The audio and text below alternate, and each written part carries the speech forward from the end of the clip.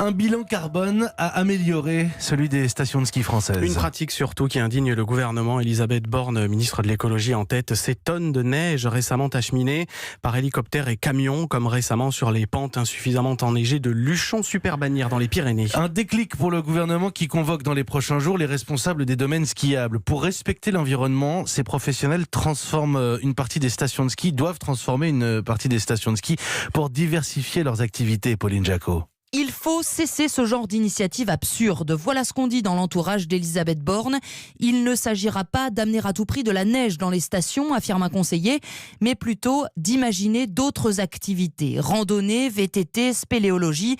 Le ministère veut recenser tout ce qui se fait déjà dans le Vercors, les Vosges ou les Pyrénées par exemple, pour bâtir un plan d'action cohérent à l'échelle nationale. Miser sur la diversification, bien sûr, mais aussi sur les avancées technologiques pour préserver les stations. Alexandre Molin est le président de Domaines skiables de France. Nous cherchons comment demain développer un carburant propre pour pouvoir damer sans émettre de gaz à effet de serre.